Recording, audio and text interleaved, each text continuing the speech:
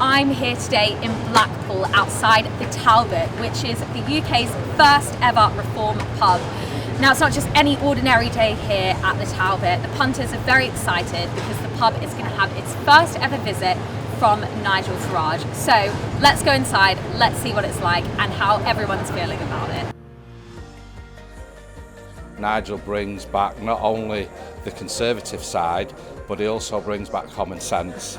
We need a balance of both, so I believe Reform offers that. We want a safe country to live in where we can trust the police. Thank heavens for Nigel Farage. He's come out, he's a leader, and one thing that I really appreciate is he will turn around and he'll say something, he'll spot and identify a problem, but more importantly, he won't just be talking about the problem, he'll know a solution for it. And that to me is the difference between someone that is just a figurehead of a politician to someone that deserves to actually hold the rank of being a politician and the leader of our country. Thank you. You're right. How are you? Very well. Good to see you. Thank you. It's a real pleasure to be here this morning. I might even, while I'm here, have a pint. Wow. Hello again. There we go. That's about right. Remainers here! Well, Southport's just down the road. We saw those horrendous murders that happened last summer. We saw a complete cover-up from the police, from the government, as to the identity of the attacker, as to what happened.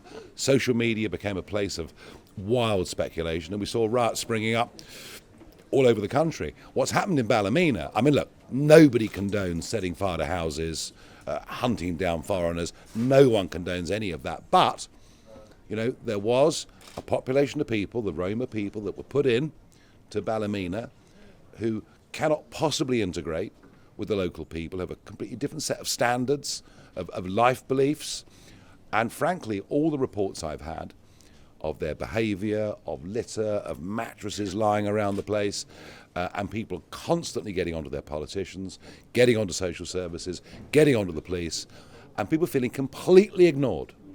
You're not allowed to complain about this, otherwise you're a bad person. And in the end, it explodes. And the truth of it is that immigration only works if you have integration with it. If you don't, you have a divide. And where human beings are divided, history teaches us, you get conflict. So, listen, I am very, very deeply worried about what's happening. And I tell you something, most of these young men that were crossing the English Channel again yesterday have no intention of integrating.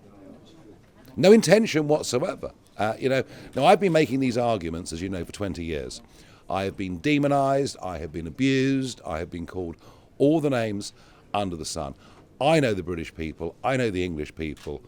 We'll welcome anybody, provided they want to live by our rules, but this is our country, these are our values, and our politicians haven't respected that. I'm not sure if you saw...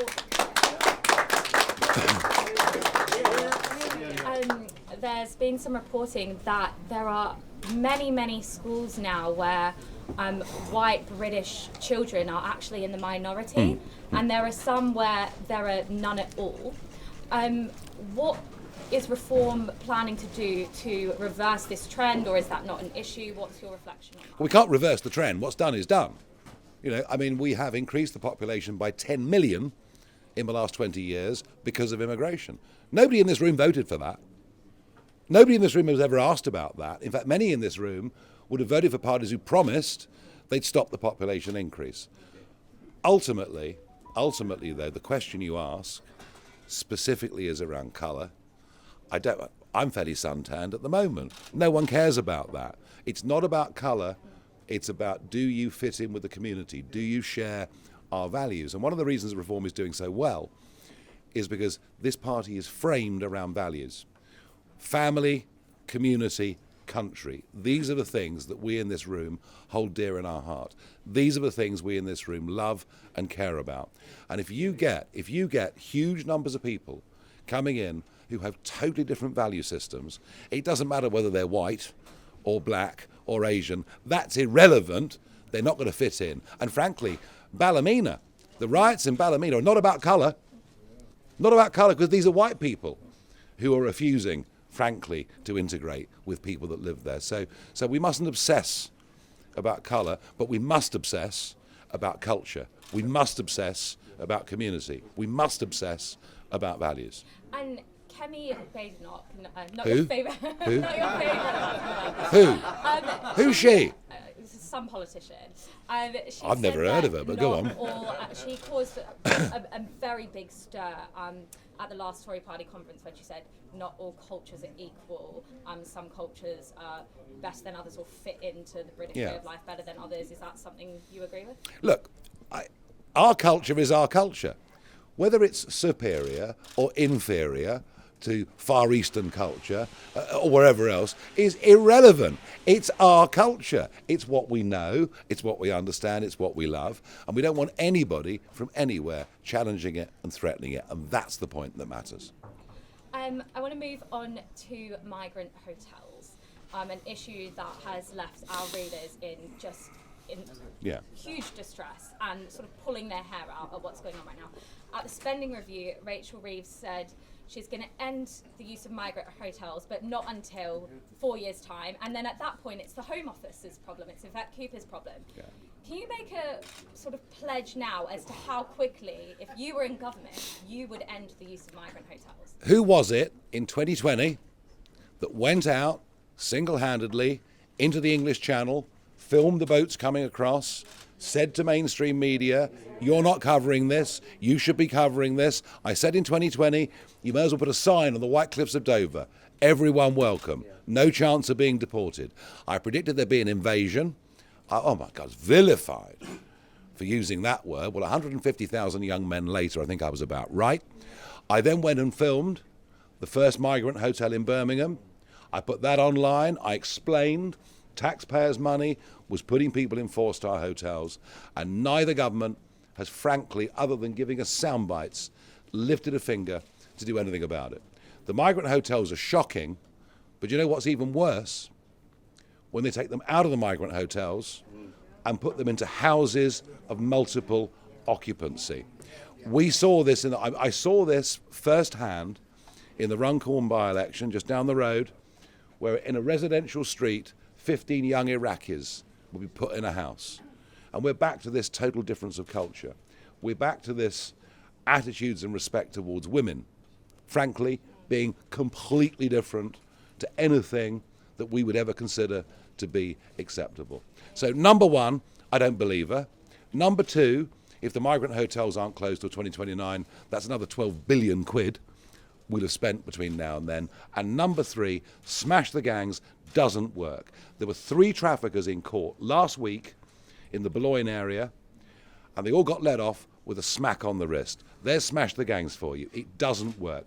This Prime Minister hasn't got the guts, hasn't got the will to sort this out, and frankly, I'm the only political leader that understands this, that has talked about this, that has predicted this, and in government will solve it. So where would you put them if not? They're not staying. Okay. That leads me very quickly to our next question. We're all sort of on tenterhooks as to your deportation plan. So we know that you want mass deportations, but we still actually don't know how you would do them. Can you give us any insight? Well, have a look at Los Angeles right now and understand it's not an easy thing to do. We're giving it real thought. But be clear, no one that comes into Britain illegally should ever be given permanent leave to remain, should ever be going to the benefit system. You know why? Because it's totally unfair to law-abiding taxpayers in this country. It's also totally unfair to immigrants that come to Britain legally and spend a lot of money and time doing it. It's unfair to everybody. It's actually morally wrong at every level that these people should come in and jump the queue. And you know what? We haven't got a Scooby-Doo who they are. They could be from ISIS. I mean, I actually believe that this is really a national security emergency. And twice I've asked Keir Starmer in PMQs, will he declare a national security emergency, which would allow even him to ignore the ECHR treaty and everything else. And just 3 weeks ago, there were 3 terrorists, 3 Iranian terrorists, who wanted to blow up the Israeli embassy, cause mass casualties. 3 that came by boat, arrested for terrorism. I rest my case. This is a national security emergency, and nobody in the Conservative or Labour parties has got the guts to deal with it. And I promise you, this room is reflective. This is how the country feels. This is how the country feels. People are really angry about this. And one more question before we move on to a bit of a surprise. Is there any sort of lessons or inspiration that you're currently taking from Donald Trump and his approach to immigration? Well, do you know what? Do you know what Trump said yesterday? And some people like him and some don't. Trump said yesterday that the blood of huge numbers of American soldiers shed on distant shores in wars was not done for us to allow a third world invasion of our country.